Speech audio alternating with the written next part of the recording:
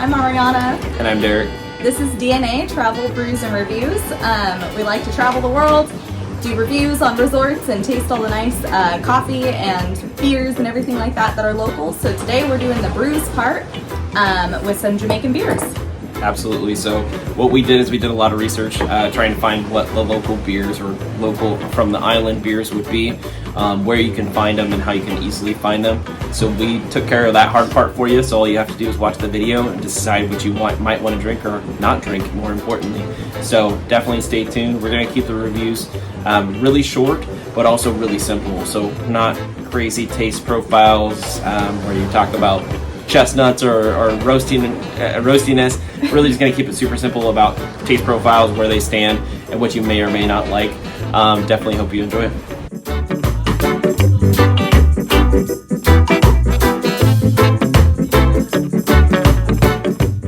Alright, so we're going to switch things up a little bit and go to the lighter side and continue on through that series. So these we're comparing right now are the Carib lager, this and the Red Stripe, which is the Jamaican staple you'll see pretty much everywhere on every poster. You can find pretty much anywhere. So a good comparison. This Carib is a little bit maybe harder to find, quote unquote, but it is brewed all over the Caribbean. So maybe you'll find it not only in Jamaica but other places. Red Stripe we can find pretty easily in the States too, just because they do a lot of marketing and a lot of distributing. But we're gonna compare them side by side. So first kind of thoughts on mine, and then Ariana will go next, is Carib is a little lighter, a little sweeter, and a little less bready. Hard to compare it to anything I've had otherwise in different lagers. Maybe something more towards the craft side, just a hair. I hate to say like craft side lager or something like that and really piss people off. But it does taste a little bit different than maybe some of your domestic, American domestic lagers and things like that. The Red Stripe is, I would say, breadier, a little bit, just a hair heavier compared to the two.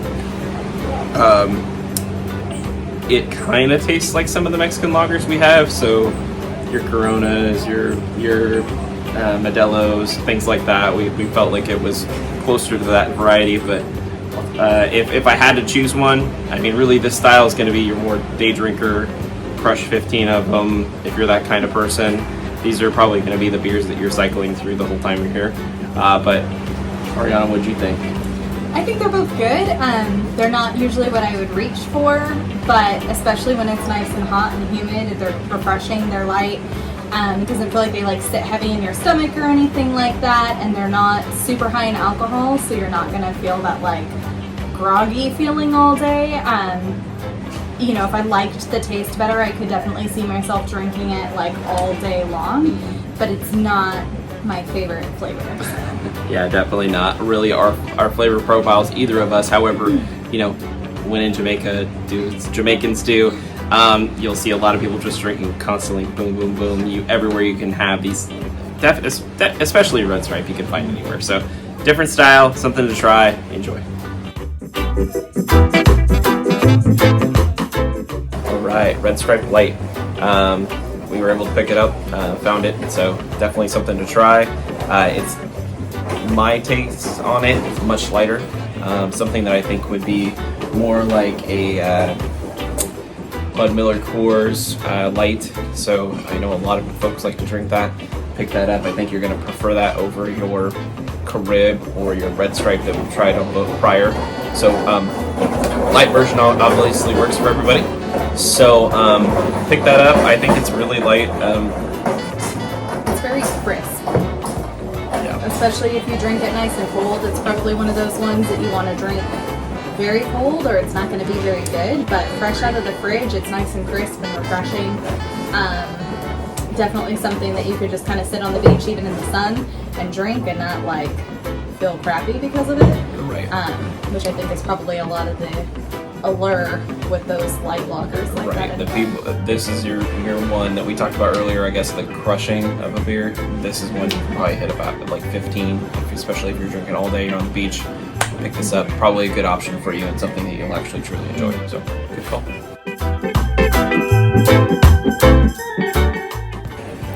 All right. Next up is keeping it in the lighter side. Red Stripe Melon. This is a definitely different kind of beer than anything else we're reviewing or showing you today. It's more on that Radler style. So what is that? It's essentially just a flavored beer. Definitely not something I truly enjoy here, but trying to describe it to you the best I can after, frankly, just pouring it down the sink. It tastes like a flavored beer, and what does that mean? It's not like a beer with like some natural things that come out of it. It tastes like you put a Red Stripe and you poured in some melon flavoring, which is probably more like just cheap watermelon flavoring. Throw it in there, drink it. Not something I enjoy. What do you think? I would agree. It's definitely very sweet. It doesn't have much of a beer taste to it. The melon taste definitely overrides. I get a little bit of kind of like a ginger, like spice almost to it a little bit. I can see that.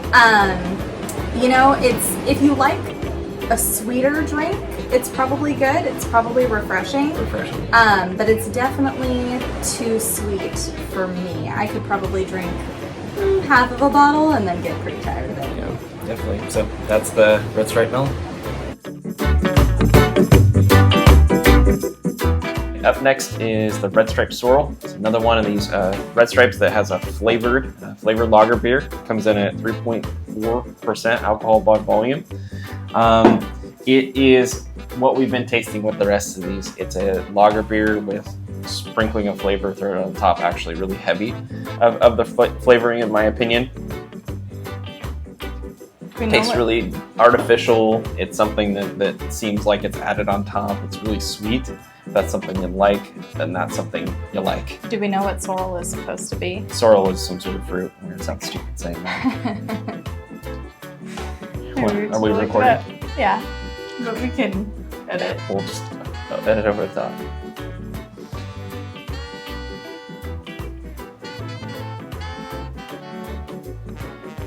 Oh yeah, it's very sweet. That's one. There's some sand or something on your back.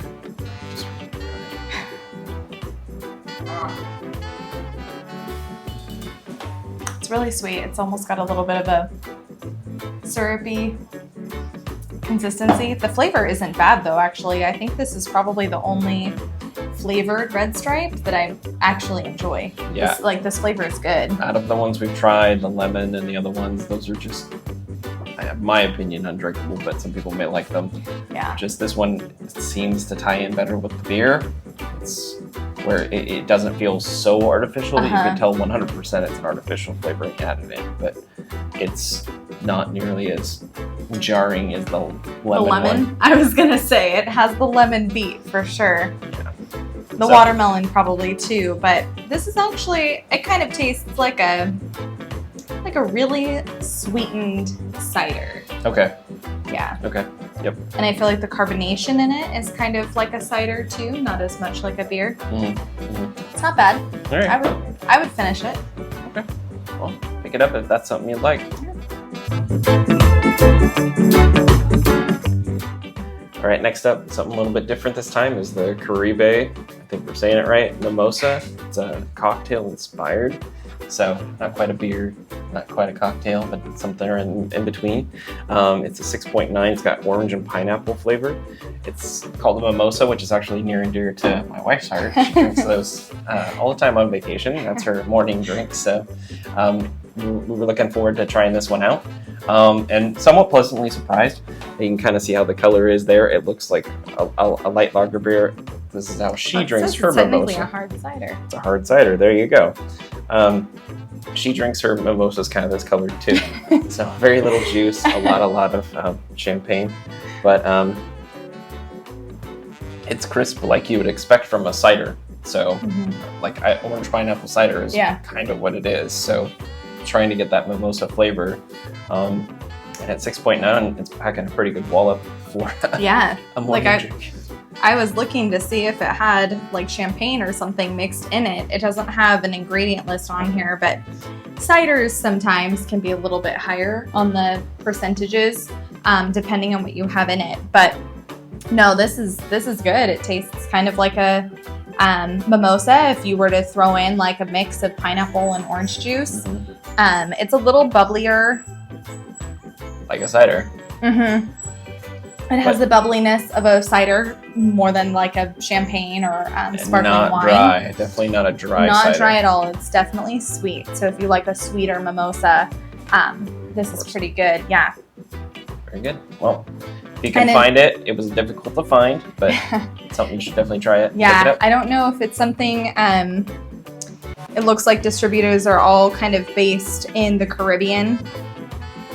So it doesn't look like, I don't know, it might be something that would be a little difficult to get, you know, back in like the US or Canada or something like that. So it might be something that you'd have to get, but there's a whole list, Bahamas, Cayman Islands, Barbados, there's a whole list of Caribbean islands that it seems to be distributed by, so. Might be able to get it anywhere. Pick it up, enjoy. Yeah. All right, next up on things we find, coconut. It's called a rum stripe. So from the Red Stripe brand, coconut and pine. So it's a carbonated, super lightly carbonated drink, 9% alcohol by volume. It's a cocktail. It's not a beer, but it's made by the Red Stripe people, or the brewer, whatever you want to call it. It is made here in Jamaica, so definitely another thing you can find in some stores, maybe a little bit more difficult than your normal thing. It's a cocktail in a can. It describes itself as party in a can. Party in a can, so there you go. Really, I don't taste much pine at all. I just almost all coconut. Artificial coconut is what it tastes. Maybe it's real, but it doesn't taste real. I taste it all the way through. Finishes for me almost like a Mounds bar, like the fake coconut after flavor. Yeah. No chocolate. If you took away and just ate that part, that's what I taste here. Yeah. It's definitely fake because the ingredients are water, rum, sugar, natural and artificial flavors. So there's no like coconut water or anything in there that would make it actually be like coconut. And it doesn't taste like a Bacardi, like no coconut rum to me, or anything like that. So it's some sort of fake coconut in there. I mean, not that we expect it to be real, but not my thing. How do you think about something like this? So my first remark was when I smelled it, it smelled like straight up sunscreen. Not a huge fan of drinking sunscreen. So that was already a little bit of a turnoff for me. But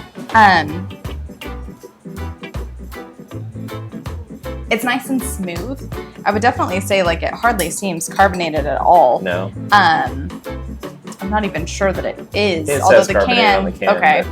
Maybe it kind of flattened out. Could be old or flattened out in elevation or something. Yeah. And took it over, but it's very smooth. It's very sweet.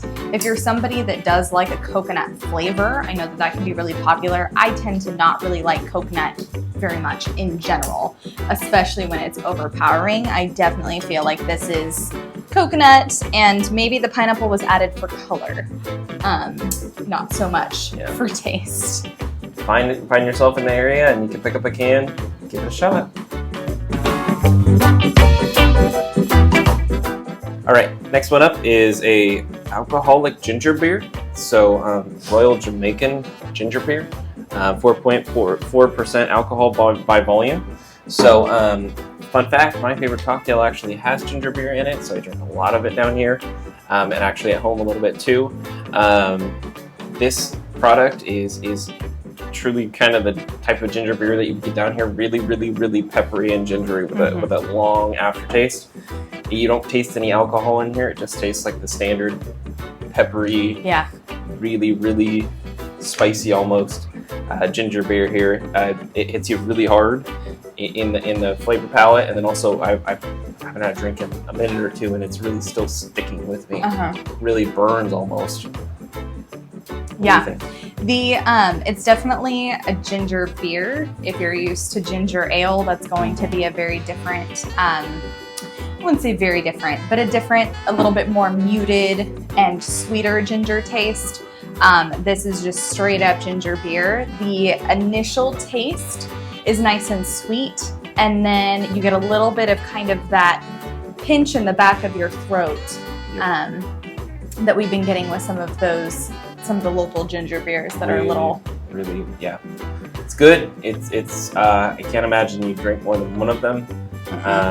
It's something to try. It's but it's definitely something different. It's kind of going along with the weird stuff we find in a bottle series. If you're someone that really likes ginger, and maybe someone that does like more of just like a straight up ginger beer, then you would really like this. It's a good way to get kind of an alcoholic drink out of ginger beer without having to add in any kind of like rum or any kind of mixer. So that part's pretty good. I was looking at the bottle. It is brewed and bottled in Jamaica, in Kingston. Yeah. So straight up out of Jamaica. Enjoy. Give it a shot. Cool.